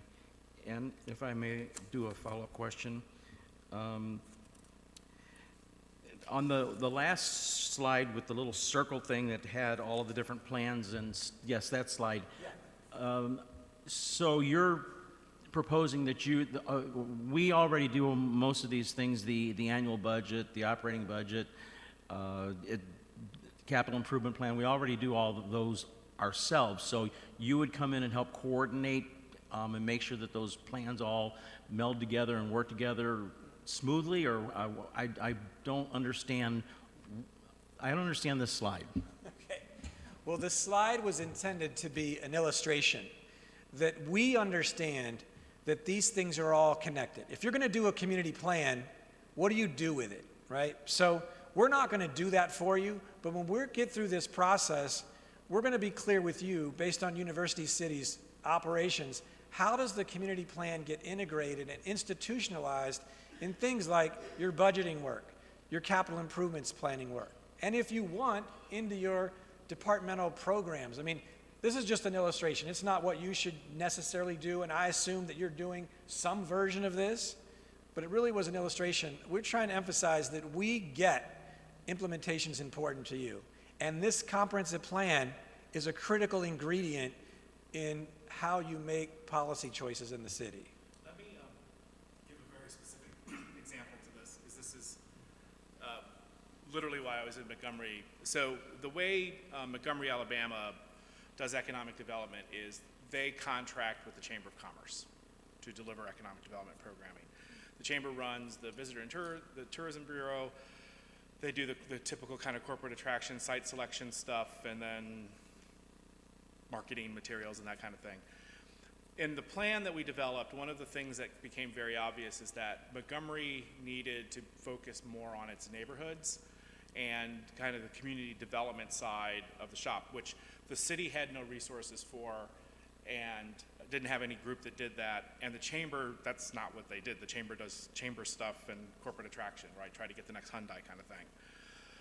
So literally we spent 2 days going through their budgets, and the Chamber paid for me to come down and help them do it because they knew they needed to reposition it. So it was literally like, okay, here was the plan. So think of it as the kind of the big plan sets in there, and we're going in. And it's literally, what is the ask? What is it? How would it be deployed, and how would it factor in here? Up to and including potential options where they may need to change the capital plan, because in Montgomery, it's a spread what little capital improvement money they had. Everybody gets a little bit, and basically what it meant is that nothing was really ever getting done. You couldn't actually see tangible physical improvements, versus beginning to think about how you could concentrate in a few places to demonstrate that you could pull off a neighborhood, in this case kind of at a block level, street level improvement that was both not only streetscapes but also housing improvements, a whole range of things. And what would that look like? And then literally to the point of how would it get done? And then we found out that they had this long dormant CDC. So literally it was a process of this is the recommendation, and then how it would manifest itself in the contract negotiations going back with the city for the Chamber to take on that role through a structure that they had had sitting dormant for like 20 or 30 years. And then ultimately, what other things would need to be done on the city side around capital improvement allocations and things like that to actually be able to pull this off. And then now you can begin the process of reviewing whether it's actually working or not. Montgomery is also a good example as well, because they had not done a plan in 57 years. So many of you can easily think about what was going on in Montgomery in 1963, and there's not been a plan. And you want to talk about disenfranchised neighborhoods? They're everywhere. And we actually, through a process that similar to what we were describing here about outreach, had an event at Alabama State where over 500 people came, half of them African Americans, folks who, had never been to a public, meeting like this. And it was extraordinary effort, but it was a steering committee and an outreach group and the right kind of messages that helped create this sort of feeling like you are welcomed in the process. Yeah, just to build on what Jamie is saying, the plan that's still in place, which is going to be changed, it still had representation of land use by race. There were still colored parts of the city and white parts of the city. And it's a governing document of the city. Stacy? Thank you, Mayor Pro Tem. I'm looking at your proposal, which I'm assuming everyone did get, but I don't think is reflected in the materials here. On page 20, page 28. It speaks to collateral and communication, and I think this is related to getting folks to your to the community meetings. You have a specific name for them. I can't call it right now, but can you talk a little bit about that process? And I really appreciate the comments about the third ward, because you also talk about your web-based tools for engagement, and I think for certain segments of our population, that's going to be very relevant. For other segments, particularly the third ward, it's not going to be as relevant, and so we're going to need different modalities in order to get them involved in this process. So can you talk a little bit about that? Sure. So, and I have a part 2 as well. Yeah, okay. As you probably imagine. So we think about creating like a toolkit. You know, there's not, as you say, there's not one technique or tool that's going to satisfy your, all 35,000 folks. So for some people, they're going to be most comfortable coming to a meeting, right? There are a lot of people who might be comfortable coming to a small group meeting, if it happened more like a focus group. There'll be some people that are really tickled to get on the web to do that.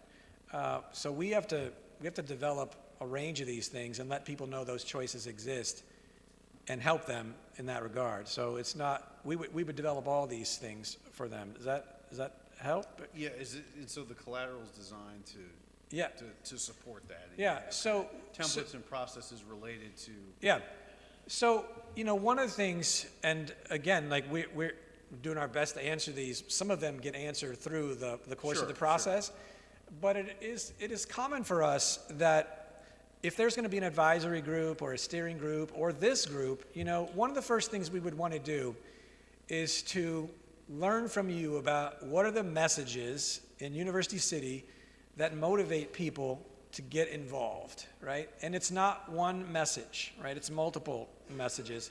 But what are the range of those messages? We would then, from that message, put together a communications plan, right? Like, what are all the assets that are available? What are the gaps in the assets that might be here? City have a newsletter, city have a Facebook page. Like, what are all the things that you have that we can actually leverage? And then we have to give this this effort. I mean, it would be our recommendation based on this collateral that there is like a campaign about the future of University City, and that would come organically from understanding the messages, what motivates people to do that, and create that. So it would come from that. Now, I would tell you that one message doesn't fit everyone. So we create this sort of what we think this overarching message is, but then we may have to segment it. And I have an example that, is a bit awkward to share, but I will tell you this, that several years ago, we were asked by the Metropolitan Washington Council of Governments, 7 counties around DC plus DC, to help them with an engagement process about the future of transportation. The generic sort of brochure and messaging was about getting there, transportation choices for the future. We took that to a group in the neighborhood of Anacostia, lower income, disenfranchised in so many ways, met with a leadership group in that, had an exercise with them, here's the getting there, here's the message, and they're like, that's not going to work for our people to get involved in talking about this stuff. So they designed there, in the meeting, a separate piece. It had the getting there down here, but it was a picture of a Washington Metropolitan Area Transit Authority bus, and the message was, don't get caught on the back of the bus. Get engaged. That's what they wanted in their particular community. And I can tell you the client took their name off of that. The Council of Governments took their name off of it, but that was an effort to calibrate a message to a particular group based on their input, not what we thought would work. So we would develop this general message we think that resonates for the city, but then we may have to channel some of that into something more specific for particular target groups. You want young people involved? You may have to have a different message around that, and different collateral, but all in the same family. And thank you for that. The part 2 is, I heard you mention in your presentation the steering committee, which has been discussed. Ambassadors, I think, were mentioned in one of the slides. I think you verbally spoke about an outreach committee. Right. And then we also have Plan Commission. So how do all these things fit together? Yeah, okay. So first thing, I think the ambassadors was meant generically, like that's a role that a committee plays as an ambassador. So I think about the steering committee, I think about the outreach group, and then you mentioned the planning commission as well, right? Right, we have that is in Right. place that will be a part of this process. Yeah, yeah. So I think, part of the answer to the question is, what have you done here before? What's been most impactful? There are places where the planning commission actually serves as the steering committee. There are places where a steering committee is put together and there's 2 planning commission members or more that sit on that steering committee. So there's some interrelationship, between those. It could be that the outreach group is, that function could be part of the job description for the steering committee. But I think if you're going to be really robust about the outreach, that outreach group kind of nests itself underneath the steering committee as a process group. So one way it could work is, the planning commission basically, if it was an org chart, it'd be the planning commission, the steering committee kind of reporting back to them, could be some overlap, and the outreach group is kind of a subset of the steering committee. Okay. But these things are all choices. Like one of the things, I don't want to appear to be wishy-washy, but the reality is this has got to work for you, right? I could tell you 10 different ways to organize these committees.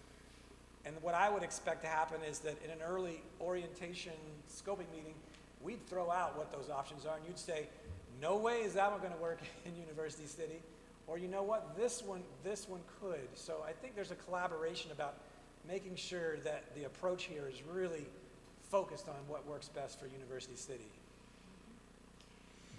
Wayne? Okay. Thank you.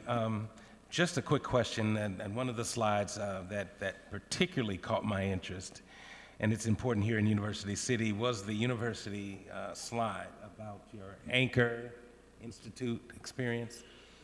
And I'm just kind of curious, in those scenarios, did the cities bring you in, or did the universities bring you in? Well, I'm assuming that the cities brought you in, and the universities that were attached to those cities, were they willing to then engage with you and the city? Is this slide you're talking about, sir? No. Well, I'm actually talking about the Anchor Institutional Experience. I think it's, but it doesn't matter. But my point. So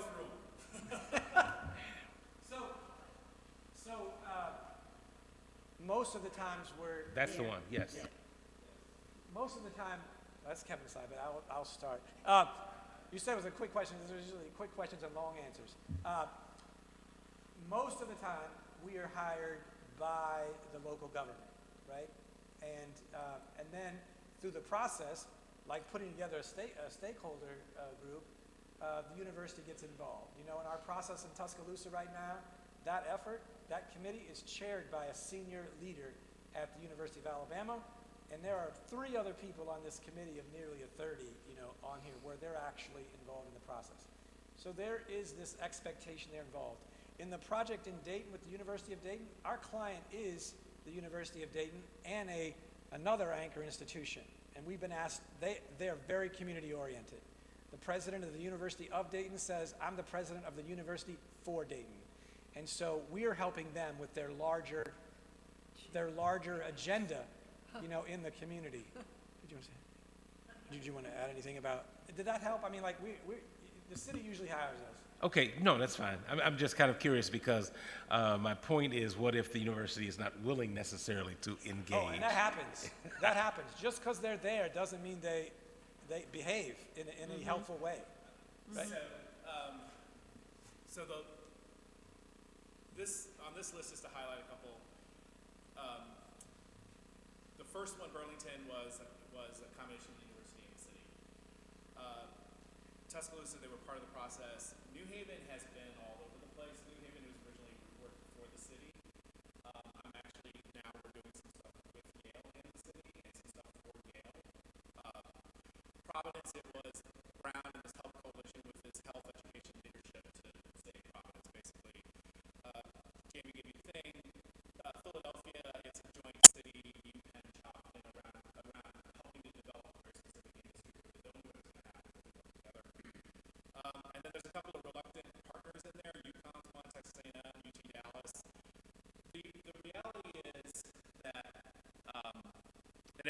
university is different and every university is the same, if that makes any sense. The public universities, however, engage in a different way than private universities typically, but at the end of the day, the very first observation I made is that you have to look for places of aligned self-interest. That's really the key. If it's adversarial, it goes nowhere. The question becomes where can you do, first of all, where can you leverage some of your own authorities? And then the second component is where can you align self-interest? So in the case of Rhode Island and Providence, their former mayor, 3 mayors ago, who's had lots of issues, but he understood the power of the mayor's office in terms of the ability to control certain types of things like, we'll hold those for later conversation. But at the end of the day, what ended up happening is that the institutions had to realize that they actually had to talk and come to the table with the program, and that's this Help Coalition that got formed.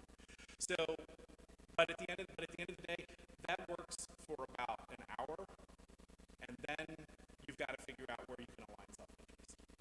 And it's literally self-interest. It's not institutional welfare, it's self-interest. And like everything else, you know, that we talk about here this evening is that all this has a context and a history, right? About whatever you're doing today, whatever you've done in the past, and somehow we have to understand that, and how do you move forward? Sometimes one of the most unfortunate things a community can have is a memory about certain things, right? And so, particularly dealing with institutions, you know, how do you open that conversation up again when you've got history? And I'm not saying this is yours, but when you've got a history that hasn't been particularly productive. Okay, so I'd like to take a moment. I'd like to actually dig in on this aligned institutional self-interest, because many of your institutions do not have a state charter, meaning that you know that some of their buildings are educational, and so they're off the tax rolls, whereas others are not. And we have that very unique instance. It might parallel what's happening in Yale, but I've been following what Yale does and doesn't do as well. And this university would also like to consider themselves a Ivy League type university. I don't know what you're saying, and I say that with deepest respect, because I've been dealing with this this situation for I'd say about 10 years, looking at it, and I don't know how you come together to have a shared interest. I'm not even saying aligned self-interest. How you have a shared interest when one partner has such a strong hand and the other has very little, and it's.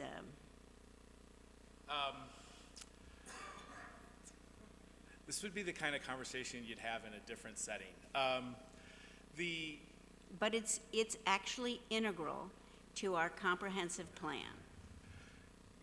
Yes, it is. But what I would also tell you is that I think I would think hard about how much that town-gown relationship question governs how much it governs of the plan and how the plan unfolds. Because you can end up losing the forest because of the tree, so to speak. And I do recognize the issue around resources, and the resource question is really tough, particularly because let's just put it on that. It's pilots, it's paying taxes, it's that kind of piece. I'm not even talking about that. What I'm talking about is paying a fair share. So whether it's in pilot or some other form, because it's actually my observation is the shifting of financial responsibility to the taxpayers. And if you've looked at our city, we have a very economically diverse city, and quite frankly, this is probably not the place to say this, but it galls me that I have constituents that have to choose between flood insurance and food on the table, and yet they are essentially underwriting the services to this private, exclusive institution, a wealthy institution. And I don't know how to bridge that. And so any plan for us is going to have to take into account that relationship and how it impacts future growth and, more importantly, sustainability of the city. And that's the only reason I'm asking. Understood. Is one of the largest landowners in the first and second wards, and they do not pay taxes on that land, which directly impacts the services that the city is able to give to the residents. I guess we understand this is a really significant issue. And, you know, positively, what we see in a lot of planning efforts like this is that it can be another opportunity to open conversations that you don't, it gives you an excuse to sort of address these issues. But, you know, I'm guessing if you've been really focused on it for 10 years, you know, it's a tough thing, and there's probably not anything, you know, like really easy to be done in a comp plan, but you can start to have a conversation about it in this work. I don't know anything about, you know, the leadership at the university. I don't know if you have regular conversations with them or if it's basically a closed door. But, you know, this process can be a way to sort of start talking about these things again and see what happens. But what you describe is not uncommon in a lot of places. No, and if it was a public institution, you're not even having the conversation. Right. And No. you have almost no control over that situation.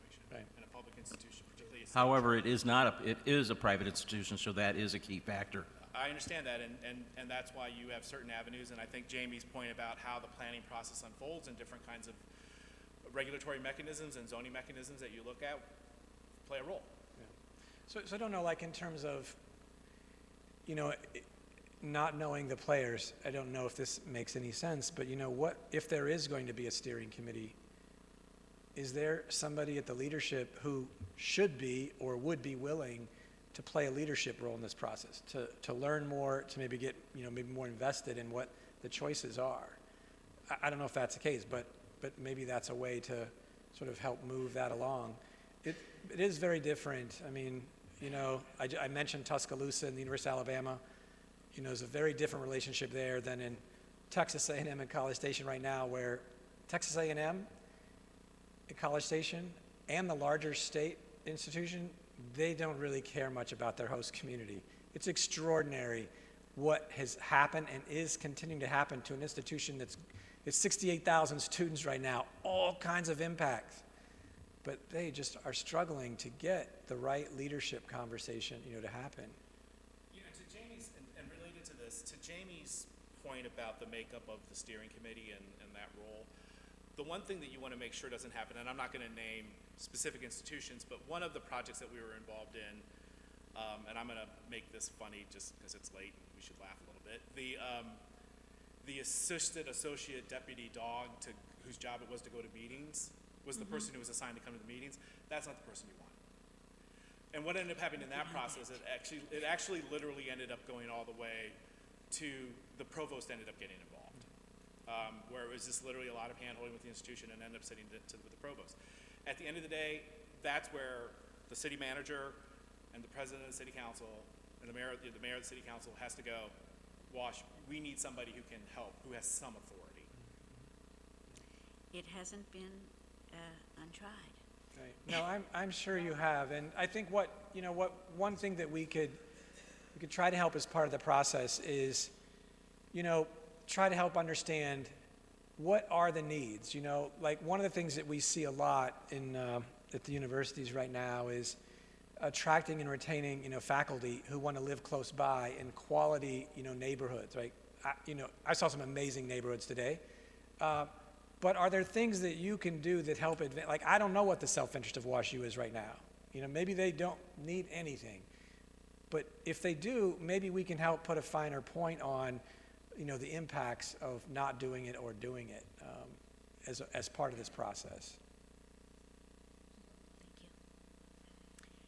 Anyone else? Okay. Okay, good. Thank you very much.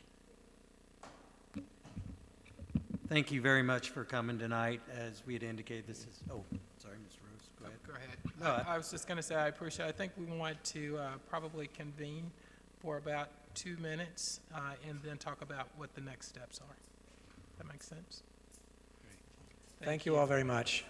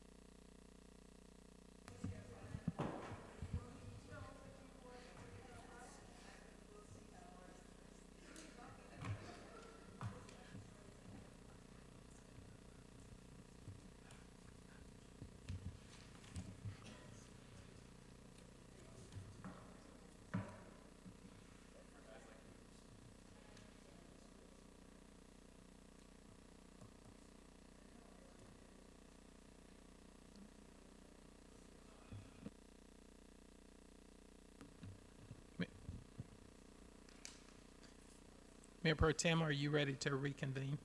I am. The meeting is reconvened. Mr. Rose? I just wanted to take a couple of minutes so that we were all clear as to what the next steps would be in this process. As I understand it, the Planning Commission will have a meeting to discuss the two presenters and make a recommendation to the council on the preferred firm for selection. As you know, staff makes its own independent recommendation. I certainly intend to work to reconcile those recommendations, so you get one firm that's being recommended by both staff and the Planning Commission. Mr. Cross, what is the agenda that will be discussed by the Planning Commission? Well, our next meeting that's scheduled is for the 22nd. We also have another meeting on the 23rd. My expectation is that we will bring it to the Planning Commission on the meeting during the 23rd. I think that's just a better fit based on that current agenda. Gives us an extra day to get some additional research completed and get it prepared for the Planning Commission. Thank you. And it would be my intention to place it on your first meeting in February. Will be for consideration by the council. And one thing I want to note, Mr. Rose, is it was also put in your packets how staff came to the conclusion of inviting only 2 of the 4 candidates. We did reference checks, background checks, and did some evaluations, and it's been put in a summary analysis that you have that you're welcome to read through, and I think it'll give you an understanding of why we weeded out 2 of the consultants at this time and came to this conclusion to invite 2 only. Thank you. Mayor Pro Tem, I have no other comments. Not that we're going to make a decision here, but I wondered if there were any comments from either Plan Commission members or council with regard to our interviews essentially tonight, without being careful not to make a choice or decision. Okay? All right. Okay, I would like to adjourn this meeting, and I guess we'll see some of you on Monday, 8:25. Thank you very much. Huh? 8:20. Thank you.